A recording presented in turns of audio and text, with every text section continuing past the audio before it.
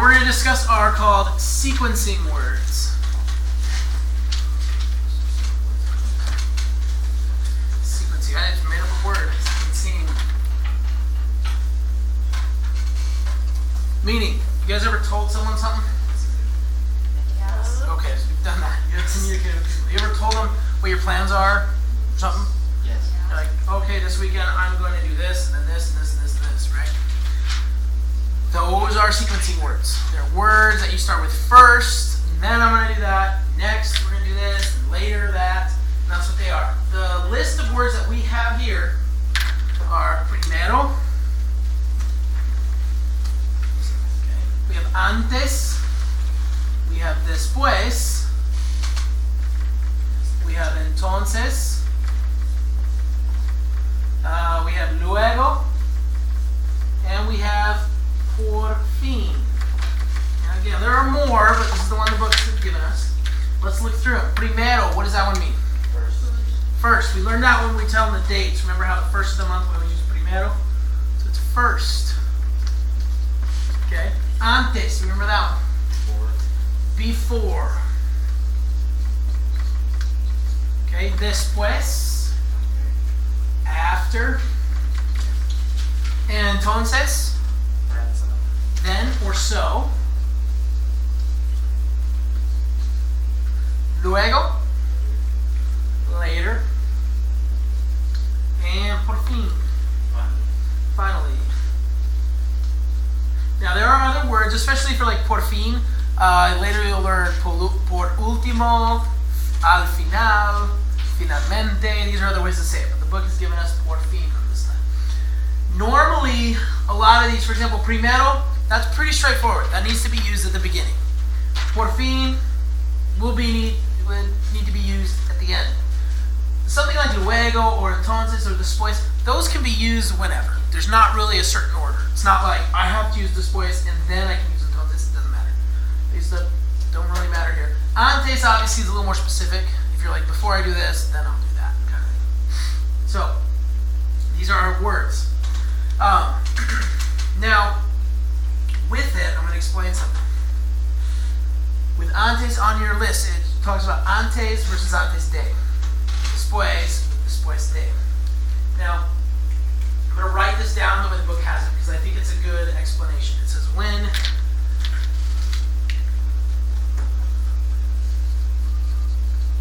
a noun or an infinitive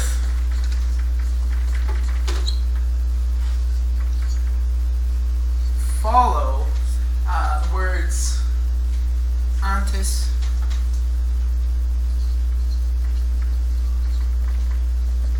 or después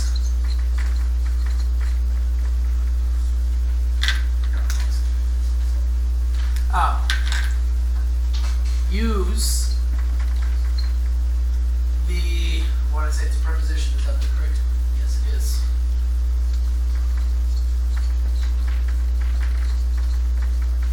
Day. Now, right now, that's actually a very good explanation, and probably most of you sitting there going, whatever, okay? The best way to show it is an illustration, okay? Not like a drawing, but like an example.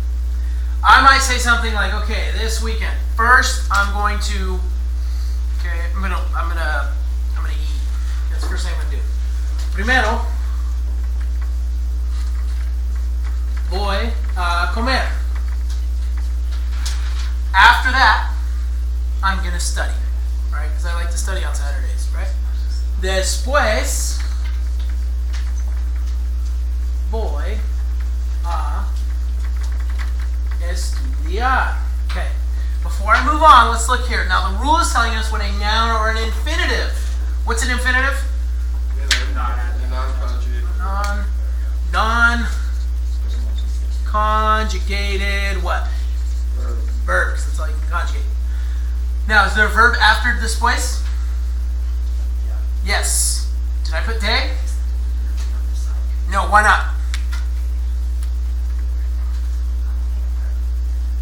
It's not an infinitive. It's a conjugated verb. So if it's followed by just a regular conjugated verb, you don't put anything. But, okay, I'm going to say, pero antes de estudiar voy a dormir. Now we have the word antes, right?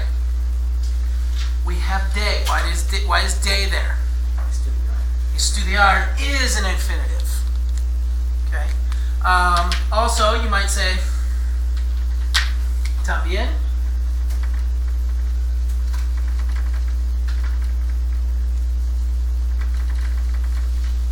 Después de la prueba,